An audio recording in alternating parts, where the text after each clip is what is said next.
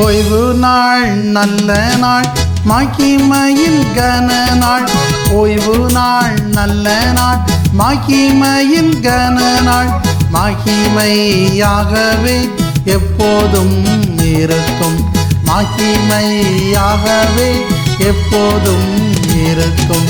மகிழ் மனம் மகிழ் மனம் மகிழ்ச்சியின் நாளிலே, மகிழ் மனம் மகிழ் மனம் மகிழ்ச்சியின் நாளிலே. மகிழ்ந்து களி கூர்ந்து ஆலயம் செல்லுவோம், மகிழ்ந்து களி கூர்ந்து ஆலயம் செல்லுவோம்.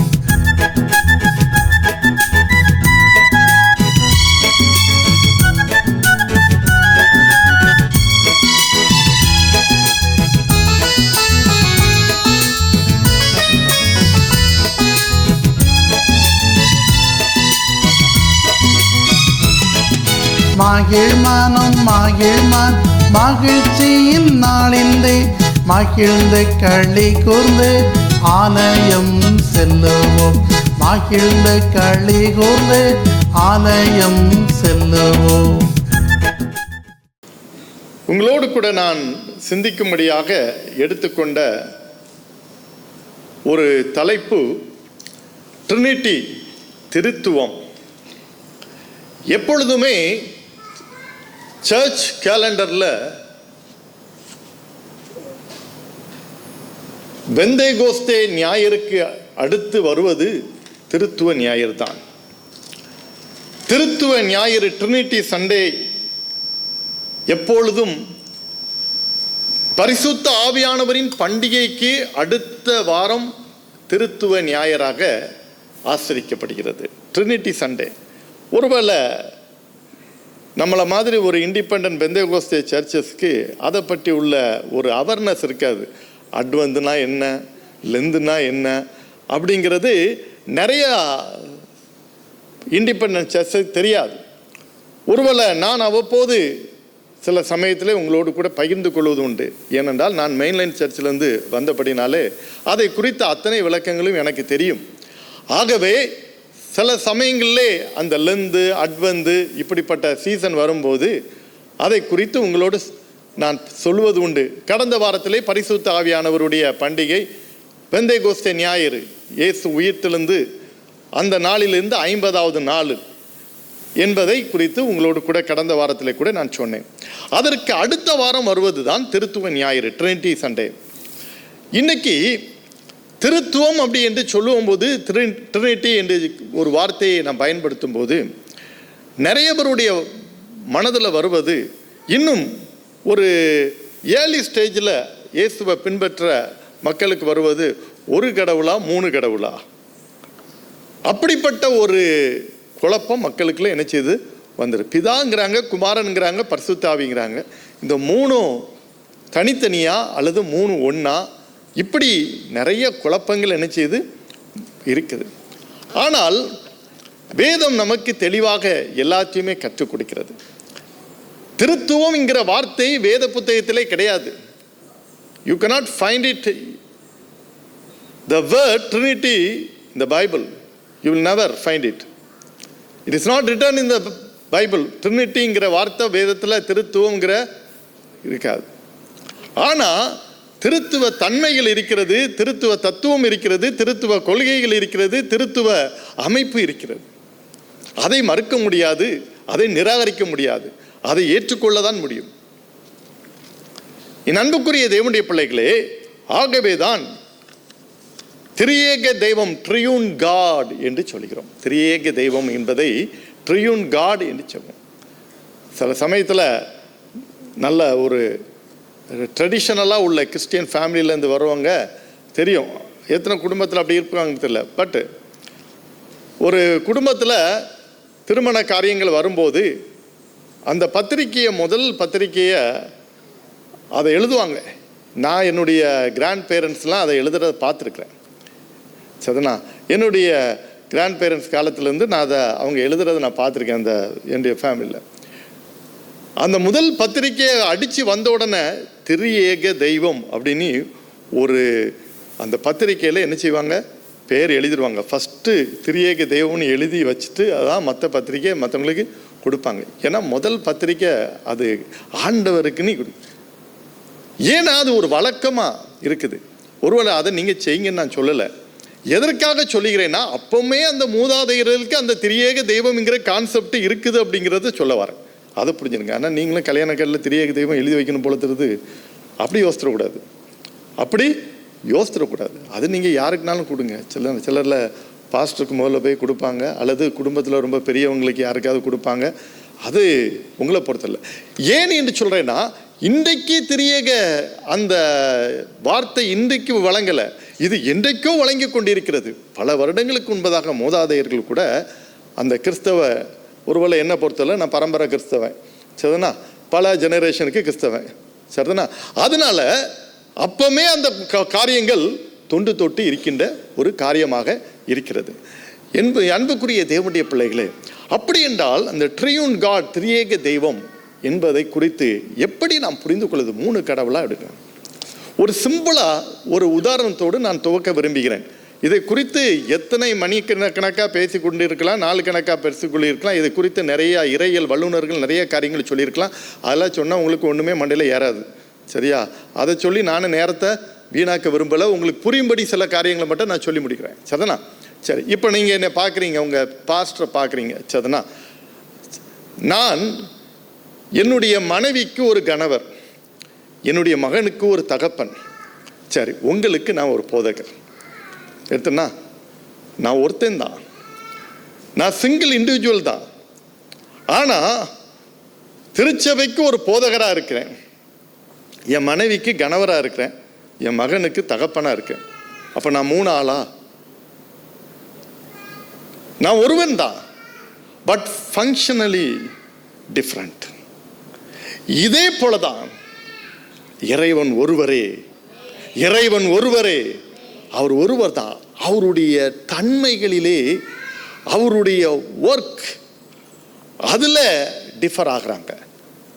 They are all inseparable, functionally different, they are all inseparable. அவர்கள் பிரிக்க முடியாதவர்கள். பிரிக்க முடியாது. என்ன பிரிக்க முடியுமா? இல்லை, நீ இருக்க மகனா தகப்பனா மட்டும் தான் இருக்க முடியும் அப்படின்னு. கணவனா இல்லாமல் எப்படி தகப்பனா வர முடியும்? யோசித்து பாருங்க. அதே போலதான் இன்செப்பரபிள், பிரிக்க முடியாத ஒரு காரியம். என் அன்புக்குரிய தேவனுடைய பிள்ளைகளே, ஒரு வசனத்தை வாசிப்போம். யோவான் எழுதின சுவிசேஷம் 15ஆம் அதிகாரம் 26ஆம் வசனம். யோவான் 15:26. John chapter 15 verse 26. பிதாவினிடத்திலிருந்து நான் உங்களுக்கு அனுப்ப போகிறவரும் பிதாவினிடத்திலிருந்து புறப்படுகிறமாகிய சத்திய ஆவியான தேற்றரவாளன் வரும்போது அவர் என்னை குறித்து சாட்சி கொடுப்பார். இப்ப நல்லா கவனிங்க, இங்க 3மே வருது. பிதாவினிடத்திலிருந்து நான் உங்களுக்கு அனுப்ப போகிறவரும், பிதாவினிடத்திலிருந்து நான் உங்களுக்கு அனுப்ப போகிறவரும், பிதாவும் இருக்கிறார். பிதாவினிடத்திலிருந்து புறப்படுகிறவருமாகிய சத்தியாவியாகிய தேற்றரவாளன் வரும்போது அவர் என்னை குறித்து சாட்சி கொடுப்பார். பிதாவும் வராரு, பரிசுத்த ஆவி வராரு. அடுத்தது என்னை குறித்து சாட்சி கொடுப்பார். யாரை குறித்து? இயேசுவை குறித்து சாட்சி கொடுப்பார். ஒரு உதாரணத்துக்காக ஒரு வசனம். இதை போல நிறைய சொல்லிக்கொண்டே போகலாம். பிதாவினிடத்தில் நான் உங்களுக்கு அனுப்ப போகிறதும் பிதாவினிடத்திலிருந்து புறப்படுகிறவருமாகிய சத்தியாவியான தேற்றரவாளன் வரும்போது அவர் என்னை குறித்து சாட்சி கொடுப்பார். இப்போ தன்மைகளிலே வித்தியாசமாக இருக்கிறார்கள் என்று நான் சொன்னேன். அப்போ அந்த திரியேக தெய்வம் என்று சொல்லும்போது முதலாவதாக காட் த கிரியேட்டர், படைப்பாளர். முதலாவது என்னது? படைப்பாளர். அதில் தான் பார்க்குறோம், ஆதியிலே தேவன் வானத்தையும் பூமியையும் சிருஷ்டித்தார், படைத்தார் என்று பார்க்குறோம். சரினா, அங்கேயும் பார்க்கும்போது அங்கே ஒரு ப்ளூரலில் ஒரு காரியம் சொல்லியிருக்கும் பாருங்க. ப்ளூரலில் மனிதனை படைக்கும் போது அங்கே 2ஆம் அதிகாரத்திலே பார்க்கும்போது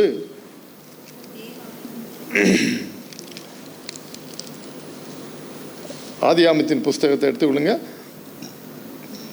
பின்பு தேவன் 26ஆம் வசனத்தை பாருங்க. 1வது வசனம், தமது சாயலாவும் நமது ரூபத்தின்படியையும் மனுஷனை உண்டாக்குவோமாக.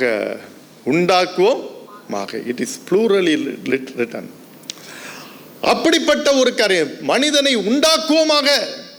நம்ம அதே போல ஆண்டவர் 14ஆம் அதிகாரம் 23ஆம் வசனத்தில் பாருங்க, யோவான் 14:23 வாசிங்க. நாங்கள் அவனிடத்தில் வந்து அவனோடு வாசப்படுவோம். இப்படி நிறைய காரியங்கள் இருக்குது. இந்த வசனங்கள்லாம் எதுக்கு சொல்றேன்னா, குழப்பக்கூடாது, தெளிவாக இருக்கணும். டெலிவரன்ஸ் திருச்சபை மக்கள் திருத்துவத்தை குறித்து தெளிவான ஒரு அறிவு உங்களுக்குள்ளே இருக்க வேண்டும். ஆமாம், 3 கடவுளா ஒரு கடவுளா? ஒரே கடவுள் தான், திரியேக தெய்வம் ஒரே ஒரு தான். ஃபங்க்ஷனில் தான் டிஃப்ரெண்ட். முதலாவது ஃபங்க்ஷன் என்ன? படைப்பு, சிருஷ்டிப்பு. அவர் படைத்தார். 6 நாள் ஒவ்வொன்றா படைச்சிட்டு வந்தார். கடைசியில் படைப்பின் மகுடம் யாரு? மனிதன். நம்ம தான் த கிரவுன் ஆஃப் கிரியேஷன். படைப்பின் மகுடமாக நம்மை படைத்தான். படைப்பெல்லாம் மனுவுக்காக, ஆனால் மனுஷனை படைச்சா அவரை வணங்குவதற்காக. ஹல்லேலூயா. மனுஷனை படைச்சா அவரை வணங்குவதற்காக. அப்போ ஆதியிலே படைப்பு, சிருஷ்டிப்பு. அப்ப சிருஷ்டிப்பு, God the creator. God the creator, சிருஷ்டிப்பின் தேவன் என்பது அதனுடைய அர்த்தமாக இருக்கிறது. சிருஷ்டிப்பின் தேவன், படைப்பாளர், சிருஷ்டிகர், எப்படினாலும் எடுத்துக்கலாம். படைப்பாளர், சிருஷ்டிகர், எல்லாத்தையும் உண்டாக்கினவர். He created out of nothing. எதுவுமே இல்லாத சமயத்தில் அவர் என்ன செய்றாரு? உருவாக்குறாரு. கிரியேட்டர். அவரால் சகலமும் அவருக்குள்ளாக அடங்கி இருக்கிற ஒரு காரியமாக இருக்கிறது. என் அன்புக்குரிய தேவனுடைய பிள்ளைகளே, ஆகவே பிதாவாகிய தேவன் அவர் படைப்பாளர் என்பதை சொல்லியிருக்கிறோம்.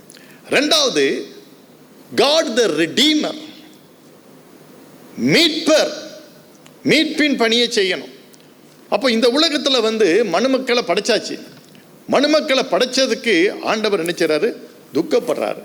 எங்க ஆண்டவர் அவரை வணங்குவதற்காக, அவரை நமஸ்கரிக்காக மனுஷனை படைச்சா, இவன் என்ன பண்றான்? தங்களுக்கு பேர் உண்டாகப்படிக்கு என்னத்தை கெட்டான்? பாபேல் கோபுரத்தை கெட்ட ஆரம்பிச்சிட்டான். யாருக்கு பேர் உண்டாக்கும்படி? தங்களுக்கு. அதான் இருக்குது 11ஆம் அதிகாரம், ஆதியாகமம் 11ஆம் அதிகாரம் 4ஆம் வசனத்தில் பார்த்தீங்கன்னா, நமக்கு பேர் உண்டாக பண்ணுவோம் வாருங்கள் என்று சொல்லிக் கொண்டார்கள்.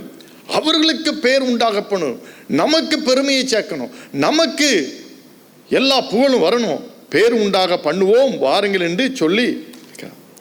அப்புறம்தான் 7ஆம் வசனத்தில் பார்த்தீங்கன்னா ரொம்ப அழகா சொல்லுங்க. நாம் இறங்கி போய், நான் இறங்கி போயின்னு வரல, நாம் இறங்கி போய் ஒருவர் பேசுவதை மற்றொரு அறியாதபடிக்கு. அப்ப எல்லா இடத்துலையும் என்ன செய்து இருக்குது? அப்படிங்கல அவர்கள் ஒன்றாயிருக்கிறார்கள். யோவான் எழுதின சுவிசேஷம் 17ஆம் அதிகாரத்தில் நீங்கள் வாசிக்கும் போது 3ஆம் வசனத்தில் ரொம்ப தெளிவாக சொல்லி இருக்கிறது. இதை பிரதான ஆசாரியனுடைய ஜெபம் என்று சொல்வார்கள். சரினா? யோவான் 17ஆம் அதிகாரம், த ஹை பிரீஸ்ட் பிரேயர், அதுதான் இது. சரினா? அதில் பாருங்க 3ஆம் வசனத்தில், ஒன்றான மெய் தேவனாகிய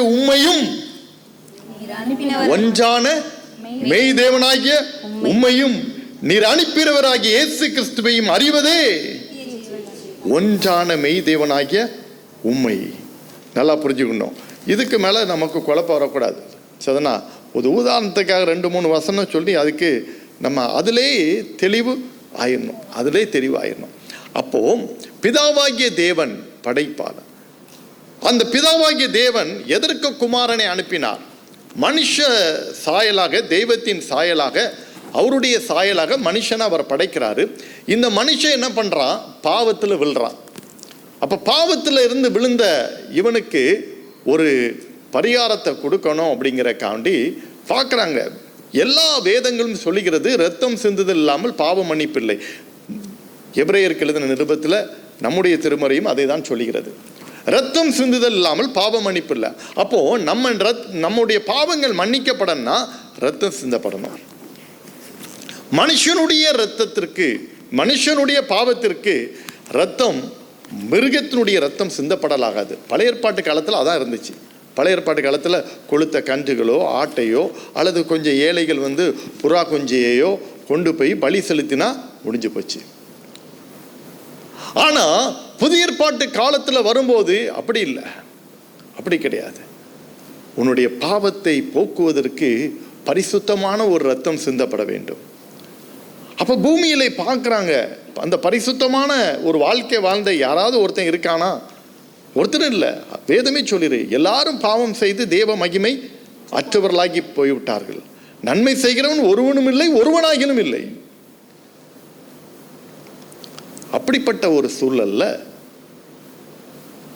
பிதா தன்னுடைய குமாரனாகிய இயேசுவை இந்த உலகத்துக்கு அனுப்புகிறார்.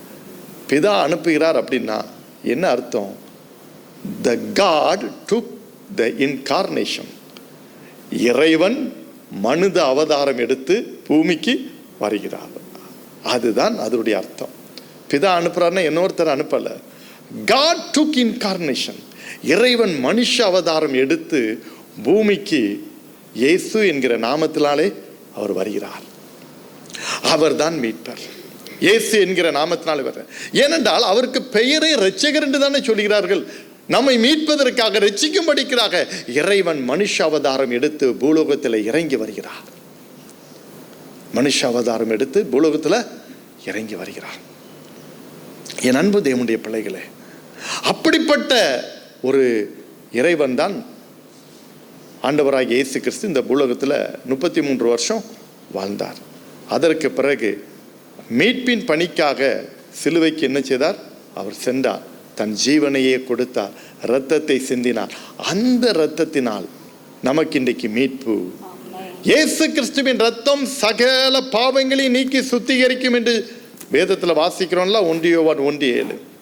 அந்த ரத்தம் நம்மளை பரிபூரணமா சுத்திகரிக்குது. ஹல்லேலூயா. கரங்களை தட்டி கர்த்தரை மகிமைப்படுத்துவோமா? யோசிக்கலாம், 2000 வருஷத்துக்கு முன்னால சிந்தப்பட்ட அந்த ரத்தம் இப்ப எங்க எப்படி என்ன கழுவும் அப்படின்னு.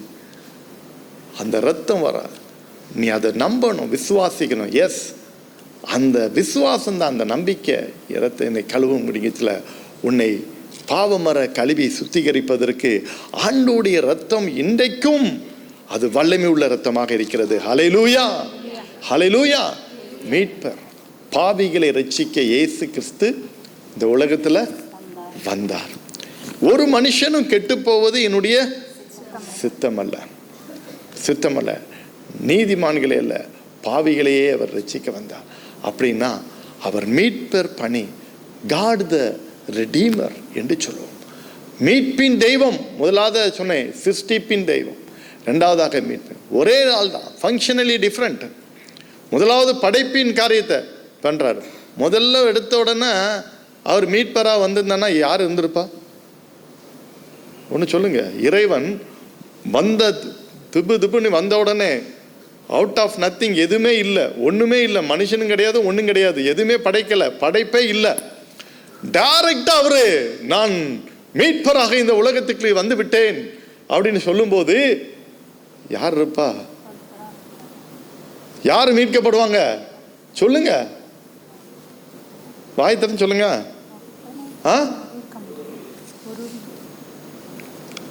நல்லா புரிஞ்சுடுங்க.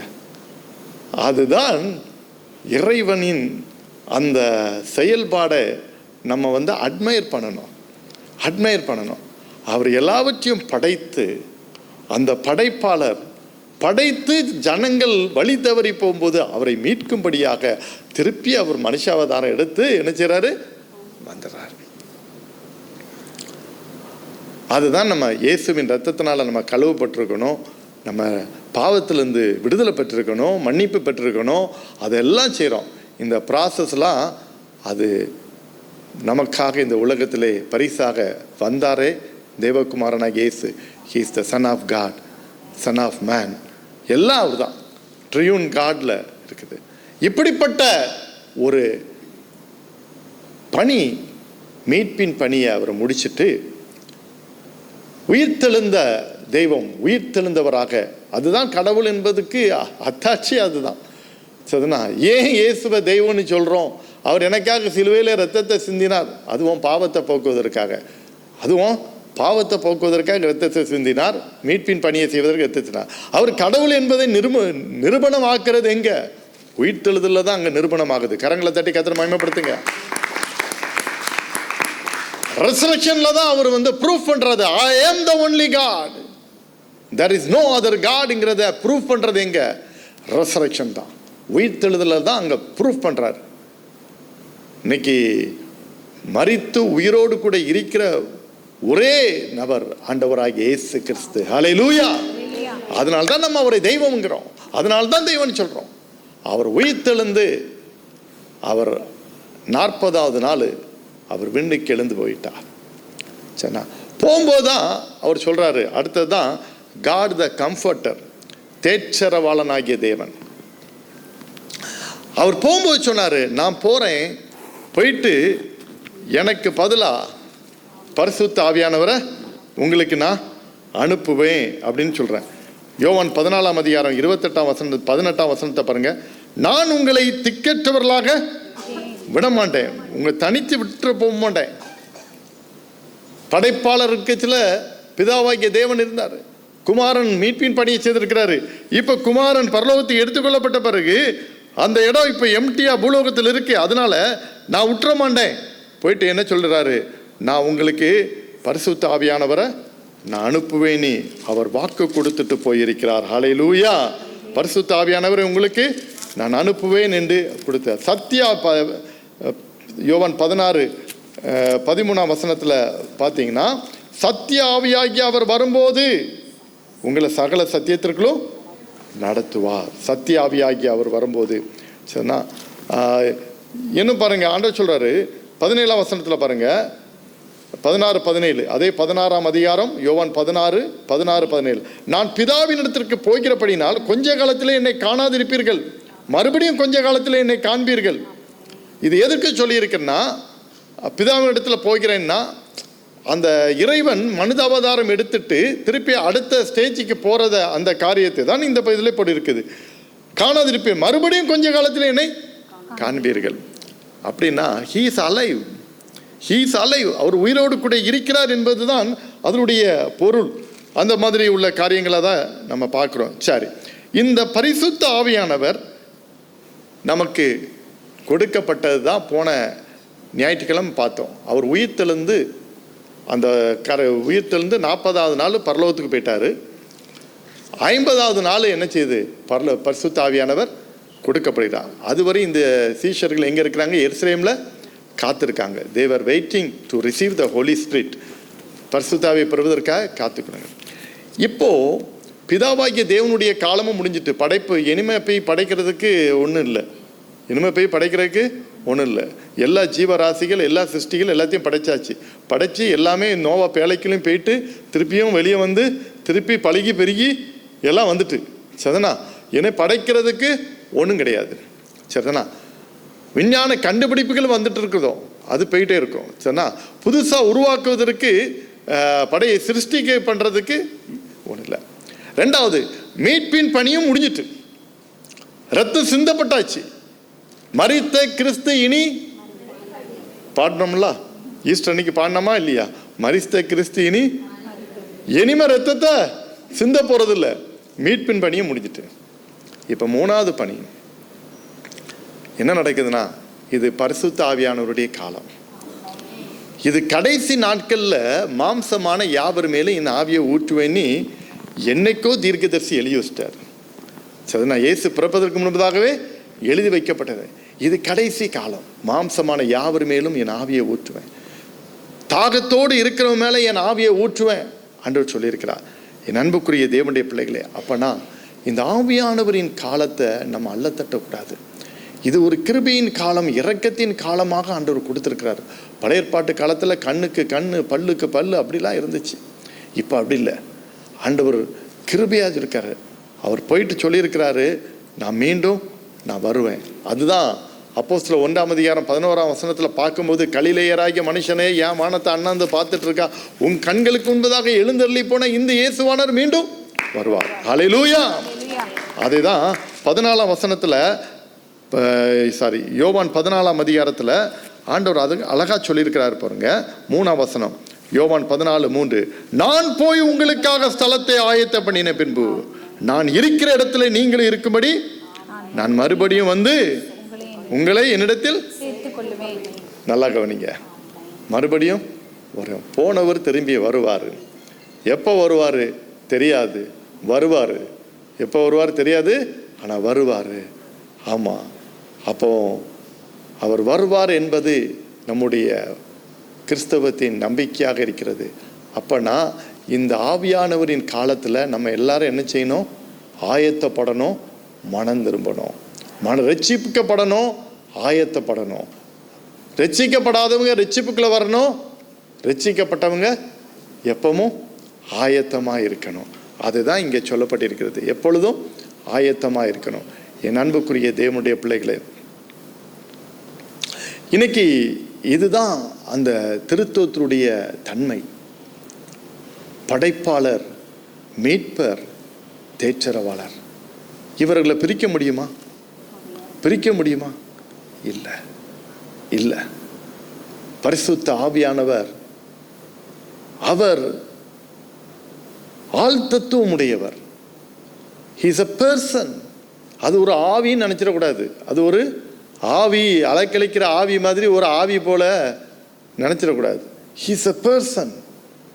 அவர் நம்மோடு கூட பேசுகிறவர், நம்மோடு கூட இடைப்படுகிறவர், அவர் நம்மோடு கூட அவர் வாழ்கிறவர். He is living with us. நம்மோடு கூட வாழ்கிறவர். என் அன்பு தேவனுடைய பிள்ளைகளே, ஆகவே இந்த 3 தன்மைகளை தான் இந்த திரியேக தெய்வம் என்பதை நாம் பார்க்கிறோம். ஒரு 3 பைபிள்ல இருந்து ஒரு காரியத்தை சொல்லிட்டு அப்புறம் நான் முடிக்க போறேன். சரிண்ணா? ஆதியாமத்தில் படைப்பின் காரியத்திலே நான் சொன்னேன் 3 பேர் ஒன்றுவராக இருந்தார்கள் என்பதை. உங்களுக்கு இன்னொரு காரியத்தையும் அதில் வசனத்தின் மூலமாக உங்களுக்கு நான் சொல்ல போகிறேன். சரிண்ணா? ஆதியாமம் 1ஆம் அதிகாரத்தை திருப்பி வச்சுக்கொள்ளுங்க. ஆதியாமம் 1ஆம் அதிகாரத்தில் 1வது வசனத்தையும் 2வது வசனத்தையும் வாசிங்க. ஆதியிலே தேவன் வானத்தையும் பூமியையும் சிருஷ்டித்தார். ஆதியிலே தேவன் வானத்தையும் பூமியும் சிருஷ்டித்தார். தேவன். ஓகே. பூமியானது ஒழுங்கின்மையும் வெறுமையுமாய் இருந்தது, ஆழத்தின் மேல் இருள் இருந்தது, தேவ ஆவியானவர் ஜலத்தின் மேல் அசைவாடி கொண்டிருந்தார். தேவ ஆவியானவர் ஜலத்தின் மேல் தேவ ஆவியானவர்.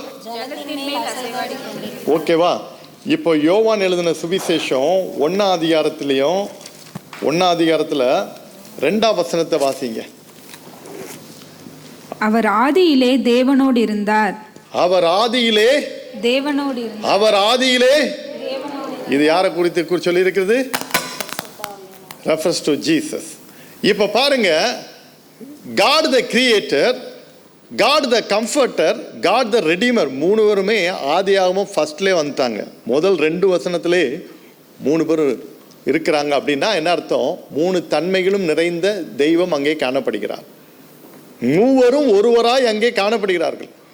3 தன்மைகளையும் கொண்டவர் ஒரே கடவுளாக அங்கே சித்தரிக்கப்படுகிறது. புரியுதா? அங்கேயே அவங்களுடைய ஃபங்க்ஷன் டிஃபர் ஆகிறதுங்கிறது ஆரம்பத்திலே வந்தாச்சு. ஓகேவா? 1. 2வது, மார்க் எழுதின சுவிசேஷம், மத்தேயு 3ஆம் அதிகாரம் 17ஆம் வசனத்தை வாசிங்க. மத்தேயு 3:17. அதில் இன்னும் தெளிவாக இருக்குது. மார்க்கோட மத்தேயு தெளிவாக சொல்லியிருக்காரு. மார்க் 3:17. அன்றியும் வானத்திலிருந்து ஒரு சத்தம் உண்டாகி, அவர் என்னுடைய நேசகுமாரன், இவரில் பிரியமாய் இருக்கிறேன் என்று உரைத்தது. இப்ப நல்லா பாருங்க, இயேசு கிறிஸ்து யோர்தான் நதியில ஞானஸ்நானம் எடுத்துட்டு ஜலத்திலிருந்து கரையேறார். இயேசு கிறிஸ்து ஜலத்திலிருந்து கரையேறாரு. அப்போ வானத்துல ஒரு சத்தம் கேட்குது. அதே நேரத்தில் ஆவியானவர் புறாவை போல 16ஆம் வசனத்திலிருந்து வாசிக்கும், 16லேருந்து படி, அப்பதான் புரியும். இயேசு ஞானஸ்தானம் பெற்று ஜலத்தில் இருந்து கரையேறின உடனே இதோ வானம் அவருக்கு திறக்கப்பட்டது. தேவ ஆவி புறாவை போல இறங்கி தம்மேல் வருகிறதை கண்டார். அன்றியும் வானத்திலிருந்து ஒரு சத்தம் உண்டாகி, இவர் என்னுடைய நேசகுமாரன், இவரில் பிரியமாய் இருக்கிறேன் என்று உரைத்தது. நல்லா கவனிங்க, இங்க மூவரும் இணைக்கப்படுவது நீங்க பார்க்கிறோம். புரியுதா?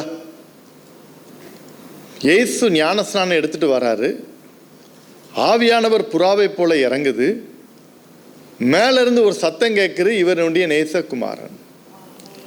எப்படி கரெக்டா ட்ரியூன் காட்ங்கிறது அதுதான். நாங்கள் ஒருவரே, we are not different, we are one. அதுதான் அங்க இருக்குது, அதுதான் அங்க இருக்குது. ஆளுக்கு ஒரு பக்கமா இழுத்துட்டு போகல, ஒருவராய் இருக்கிறார்கள். ஒன்றான மெய் தெய்வம், ஒன்றான குழம்பக்கூடாது. அவர் அந்த பணியை செய்கிற போறாரு, ஊழியத்தை இனிதான் துவக்க போறாரு, ஊழியத்தை இனிதான் துவக்க போறாரு. அவருக்குள்ளே அந்த படைப்பின் ஆற்றலும் இருக்கிறது, அவருக்குள்ளே மீட்பின் ஆற்றலும் இருக்கிறது, அவருக்குள்ளே தேற்றரவாளின் ஆற்றலும் இருக்கிறது. ஹல்லேலூயா! அந்த 3 ஆற்றலோடு கூட தான் அவர் தன்னுடைய ஊழியத்தின் பணியை என்ன செய்கிறார்? துவக்குகிறார். கரங்களை தட்டி கர்த்தரை மகிமைப்படுத்துங்க. அவர் ஒருவரே, குழப்பக்கூடாது. யாரு குழப்பினாலும் நீங்க குழப்பக்கூடாது, தெளிவா இருக்கணும். சரினா? சரி, கடைசியா ஒரு காரியத்தை நான் சொல்லப்போ வேத படமா வாசிக்க கேட்ட 1 யோவான்ல எடுத்துக்கொள்ளுங்க. 1 யோவான் 5ஆம் அதிகாரம். இயேசுவானவர் தேவனுடைய குமாரன் என்று விசுவாசிக்கிறவனை அன்றி. இல்ல 5ஆம் அதிகாரம் தான் சொன்னேன், வசனத்தை சொல்லல. 5ஆம் அதிகாரம் 7ஆம் வசனத்தை வாசி. பரலோகத்திலே சாட்சி இடுகிறவர்கள் மூவர், பிதா, வார்த்தை, பரிசுத்த ஆவி என்பவர்களே, இம்மூவரும் ஒன்றாயிருக்கிறார்கள். போதுமா? படைப்பிலும் 3 இருக்கிறாங்க, ஒன்றாயிருக்கிறாங்க படைப்பிலும். அடுத்தது சொன்னேன், ஊழியத்து பணியில இயேசு கிறிஸ்து இந்த உலகத்தில் வாழும்போதும் 3 உண்டாயிருக்கிறார்கள். அடுத்து போகக்கூடிய இடம் எங்க? வேற எங்க போறீங்களா? ஐடியா இருக்கா?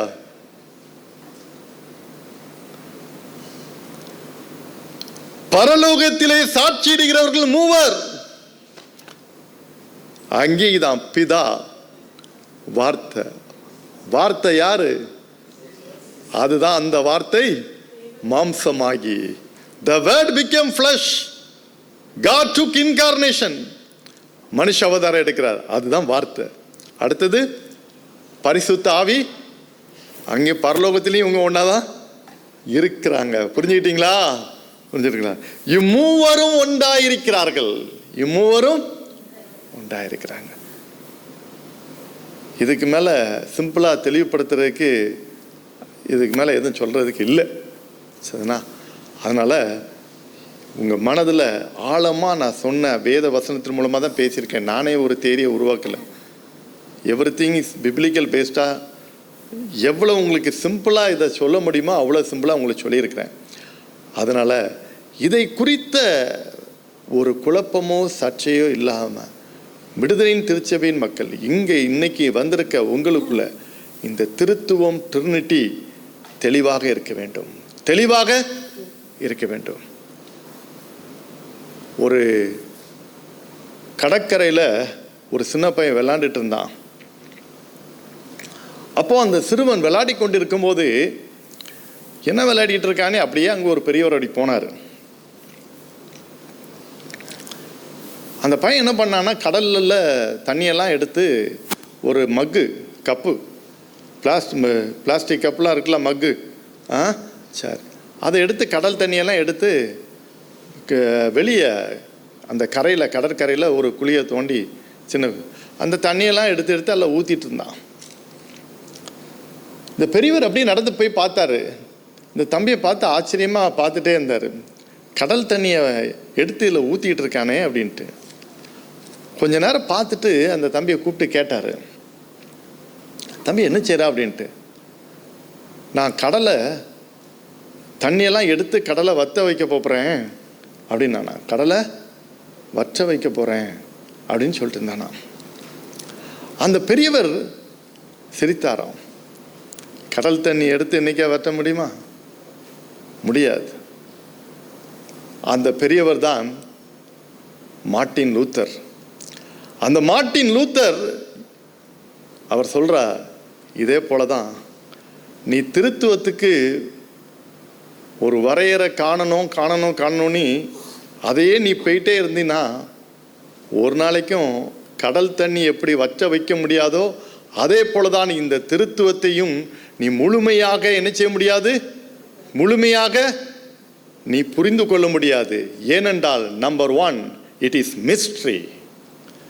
இது ஒரு மிஸ்ட்ரி, அதை புரிஞ்சிக்க. அப்ப நம்பர் 2 என்ன செய்யணும், அதை அப்படி நம்பு, அவ்வளவுதான். Believe it. 2 காரியம்தான். வேதத்தில் ஆண்டவர் சொன்ன காரியங்கள்ல இப்ப உங்களுக்கு நான் சொன்னேன்ல, எக்ஸ்பிளைன் பண்ணல சொன்னா, இதை அப்படி விசுவாசி, இதை நம்பு. அப்பொழுது உன் விசுவாச பயணம் தடுமாறாமல் சரியாக போகும். தடுமாறாமல் சரியாக போகும். இல்லை அப்படி நீ குழப்பிட்டு இருந்தனா நீ கடைசி வரையும் குழப்பத்திலேயே நரகத்துக்கு போயிடுவா. ஆனால் இது திரியேகம் என்பது ஒரு மிஸ்ட்ரி. ஆண்டவர்கிட்ட நீ ஒரு வரையறையை நீ பார்க்க முடியாது. அது எல்லையை தாண்டி இருக்கிறவர். அவர் சர்வ வல்லமையுள்ள தேவன். அவருக்கு நம்ம ஒரு சின்ன ஒரு டாட் தான், சின்ன டாட்டு தான். அதனால் அவரிடத்துல எந்த ஒரு வரையறையும் நம்ம கண்டுபிடிக்க முடியாது. அது ஒரு மிஸ்ட்ரி. அந்த மிஸ்ட்ரியை வேதத்தின் அடிப்படையில் என்ன செய்யணும், நம்ம விசுவாசிக்கணும். என் அன்பு திருச்சபை மக்களே, இதை தான் இன்னைக்கு செய்யணும். நீங்கள் அதை நம்புங்கள், விசுவாசியுங்கள். அப்பொழுது உங்களுடைய விசுவாசத்தை ஆண்டவர் வர்த்திக்க பண்ணுவார். விசுவாச பயணம் தடுமாற்றம் இல்லாமல் போகும். விசுவாச கப்பல் ஒன்று செல்லுது. புயல் வந்த போதும் தென்றல் வீசும் போதும் அசைந்தாடி செல்கிறது. எங்க? அக்கறைக்கு போன நீ, அக்கறைக்கு போனோம். இந்த கரையிலே நின்றாத. இது எப்படி அப்படின்னு இருக்கணும். சில சமயத்தில் வேதத்தில் சில காரியங்கள் புரியாது. புரிஞ்சா படிச்சிக்க, புரியலன்னா விட்டுரு. ஆண்டவரே இருக்கா ஸ்தோத்திரம். தடுமாற்றி விட்டு நம்ம போயிடக்கூடாது. அதன் தெரியாதவங்ககிட்ட கேட்டு தெரிஞ்சு வச்சிடலாம். அப்படியும் உனக்கு இல்லையா, அதுக்காண்டி வேத புரட்டர்களும் நம்ம பெயரக்கூடாது. இன்னைக்கு இந்த திருத்துவ ஞாயிறிலே, ட்ரினிட்டி சண்டே இந்த திருத்துவத்தை குறித்து உங்களோடு கூட சுருக்கமாக சிம்பிளாக நான் சொன்னேன். இது ஆழமாக மைண்டில் வச்சிடுங்க. இவர்கள் ஒருவரே, அவர்கள் பிரிக்க முடியாதவர்கள், தன்மையிலே பணிகளிலே வித்தியாசமானவர்கள், ஆனால் மூவரும் ஒருவரே, ஒன்றான மெய் தெய்வம், ஒரே கடவுள், ஒரே தெய்வம். அவர் ஆண்டவராகிய இயேசு கிறிஸ்து. அவரே படைப்பாளர், அவரே மீட்பர், அவரே நம்மை தேற்றுகிறவர். ஏன் நம்ம இந்த அப்போஸ்தல விசுவாச பிரமாணத்தை நம்ம ஒவ்வொரு வாரமும் சொல்றோம்? அதுல எல்லாமே இருக்குது. 3 விசுவாச பிரமாணங்கள் திருச்சபைக்கு கொடுக்கப்பட்டது. ஒருவேளை மற்றதெல்லாம் நான் சொல்லலை, 3 இருக்குன்னு மட்டும் தெரிஞ்சு வச்சிடுங்க. 1 அப்போஸ்தல விசுவாச பிரமாணம், 2வது நிசையா விசுவாச பிரமாணம், 3வது அதானசியஸ் விசுவாச பிரமாணம். 3 காரியம் இருக்குது. நம்ம அப்போஸ்தல விசுவாச பிரமாணத்தை தான், இதுதான் basic, very simple, it is common, everyone can understand. இதில் பார்த்தீங்கன்னா வானத்தையும் பூமியும் படைத்த வந்துட்டா. அடுத்தப்ப நீங்க வரும்போது என்ன சொல்லப்பட்டிருக்கிறது? சிலுவையில் அறைத்து அடக்கம் பண்ணப்பட்டு நமக்காக மரித்தாரா மீட்பார். அவர் பரிசுத்த ஆவினாலே கர்ப்பம் தரித்தார், அதான் இன்கார்னேஷன், மனுஷ அவதாரம். அப்புறம் பின்னால வரும்போது பரிசுத்த ஆவியையும் விசுவாசிக்கிறேன் சொல்றோமா? அடுத்தப்ப திருப்பி நீரு வரப்போறீங்க. அல்லேலூயா, அல்லேலூயா. என் அன்புக்குரிய தேவனுடைய பிள்ளைகளே, இதுதான் நம்ம நம்பிக்கை. ஏன் ஆண்டவர் எனக்கு அந்த ஒரு எண்ணத்தை கொடுத்தாரு? ஜனங்கள் இந்த விசுவாச பிரமாணத்தை ஒவ்வொரு ஞாயிற்றுக்கிழமையும் சொல்லட்டும். இதுதான் ஃபுல். இதை ஒழுங்கா தெளிவா ஒருத்தன் இதுல படிச்சு அதை திருப்பி அதை மனப்பாடம் செய்துட்டேனே போதும். அதுல உள்ளதுதான் உன் வாழ்க்கைய.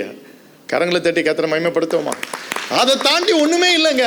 நான் சேலஞ்ச் பண்றேன், நீங்க அந்த விசுவாச பிரமாணத்தை எழுதி படிச்சு பார்த்தீங்கன்னா அதை தாண்டி ஒண்ணுமே இல்லை. பெரிய பிரசங்கமே ஒன்றும் இல்லை. எல்லா பிரசங்கமும் அதுக்குள்ளதான் அடங்கியிருக்குது. நாங்க ஒவ்வொரு ஞாயிற்றுக்கிழமையும் சொல்ற பிரசங்கங்கள் எல்லாம் அந்த விசுவாச பிரமாணத்துக்குள்ள தான் அத்தனையும் அடங்கியிருக்குது. ஒன்று அவர் வருவாருப்போம், அவ்வளவு உங்களுக்காக மரித்தாருப்போம், ஆண்டவர் படைத்தார், எல்லாம் எதை சொன்னாலும் சரி அந்த விசுவாச பிரமாணத்துக்குள்ளே அத்தனையும் அடங்கியிருக்கிறது. இன்றைக்கு இந்த திரியேக தெய்வத்தை நீங்கள் விசுவாசியுங்கள். அந்த தெய்வம் மீண்டும் வரப்போகிறார். இயேசு சீக்கிரமாக வரப்போகிறார். மணவாட்டியாகிய திருச்சபையே நீங்கள் ஆயத்தமாக இருக்கணும். Be prepared to meet the King of King and the Lord of Lord. அந்த பாக்கியத்தை கர்த்தர் நமக்கு கொடுக்கும்படியாக நம்ம எல்லாரும் எழுந்து நிற்போமா? Thank you Jesus. Let us all stand.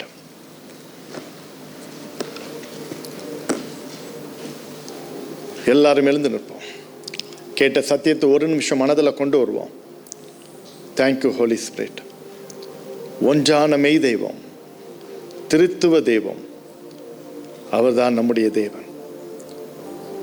படைத்தார், நம்மை மீட்டார், நம்மை இப்பொழுது தேற்றரவாளனாக இருக்கிறார். மீண்டும் வருவார். Thank you Jesus. நீ இந்த கரையிலிருந்து அக்கறைக்கு போனா இவரை நீ முழுமையா ஏற்றுக்கொள்.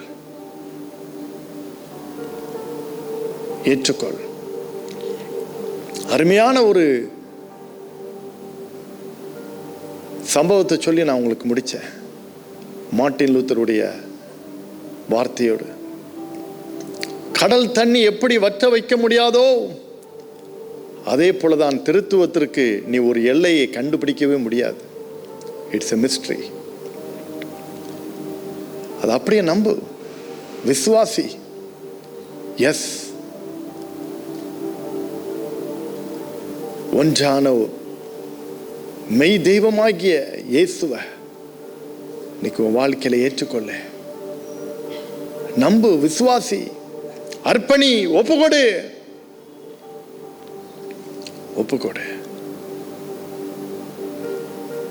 இந்த கரையில இருக்கிற நம்ம அந்த கரையாகிய மோட்ச கரைக்கு போனோம். ஐயா, இயேசு இல்லைன்னா போக முடியாது. திரியேக ட்ரினிட்டியை நீ பிலீவ் பண்ணலன்னா நீ போக முடியாது. Thank you Jesus. Thank you Jesus. அப்படியே அர்ப்பணிப்போமா? Thank you Jesus.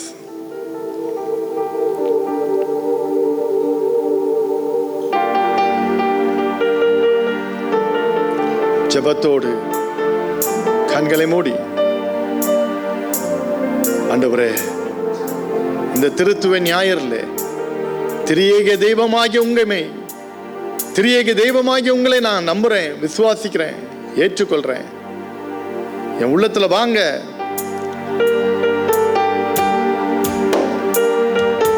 கூப்பிடுவீங்களா? கூப்பிடுங்க.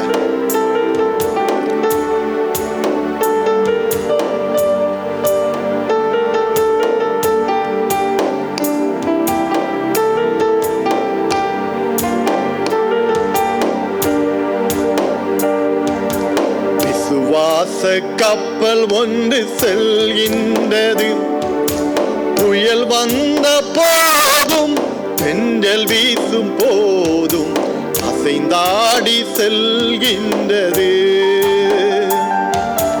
விசுவாச கப்பல் ஒன்று செல்கின்றது, புயல் வந்த போதும் தென்றல் வீசும் போதும் அசைந்தாடி செல்கின்றது. அக்கறை நோக்கி ஏலேலோ ஏலேலோ ஏலேலோ ஐலசா, ஏலேலோ ஏலேலோ ஏலேலோ ஐலசா, ஏலேலோ ஏலேலோ ஏலேலோ ஐலசா விசுவாச கப்பல் ஒன்று செல்கின்றது. புயல் வந்த போதும் தென்றல் வீசும் போதும் அசைந்தாடி செல்கின்றது. அக்கரை நோக்கி அக்கரை நோக்கி.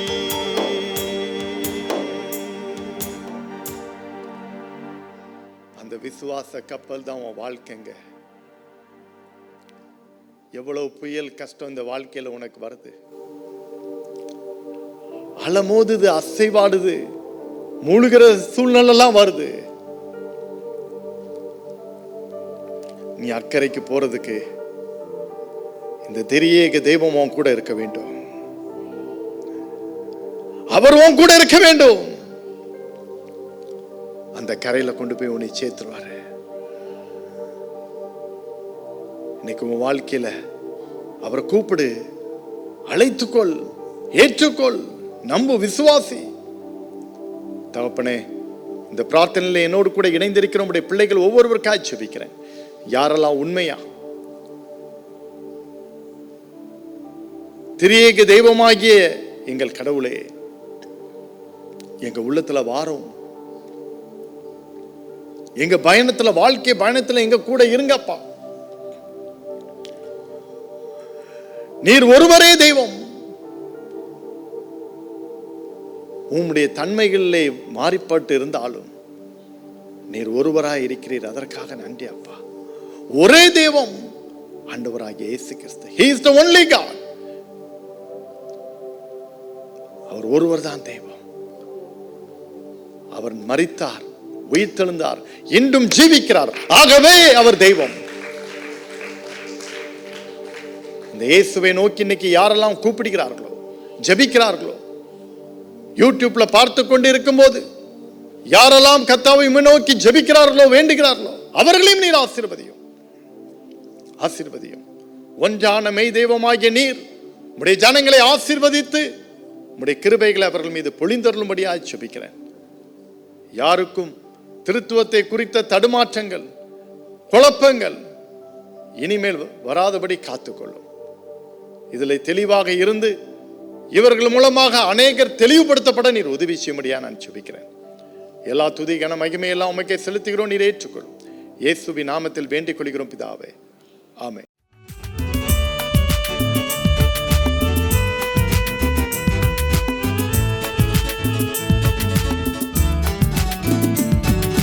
கர்த்தருக்குள் என்றும் இசைந்திருப்போம், அவருக்குள் ஒரே ஆவியாயிருப்போம்.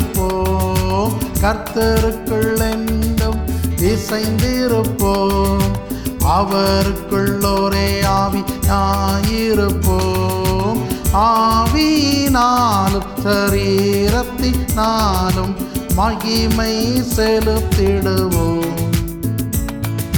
கர்த்தருக்கே என்றும் ஆவியினாலும் சரீரத்தினாலும் மகிமை செலுத்திடுவோம். கர்த்தருக்கே என்றும்.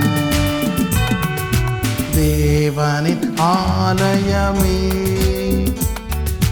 பரிசுத்த ஆலயமே, மகிமையின் ஆலயமே, நாமயவாலயமே. தேவனின் ஆலயம்